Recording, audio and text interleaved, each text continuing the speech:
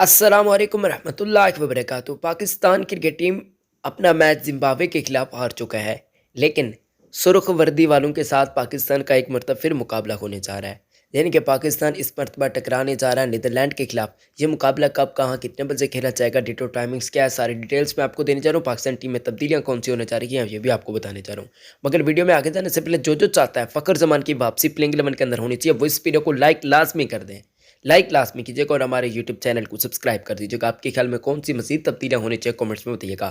اس مقابلے کی بات چیت کرتے ہیں تو یہ مقابلہ ناظرین کرام آپ کو اتوار کے دن 30 اکتوبر کو دیکھنے کو مل جائے گا۔ یہ میچ 12 بجے، دن کے 12 بجے میچ شروع ہو جائے گا۔ پاکستان ٹیم اگر خدا نخواستہ یہ مقابلہ ہار جاتی ہے تو پھر سمجھے کہ پاکستان اس ٹورنامنٹ سے باہر ہو چکا ہے۔ خیر ابھی بھی چانسز ہیں پاکستان کے پاس، وہ میں ویڈیوز میں آپ کو بتاتا رہوں گا۔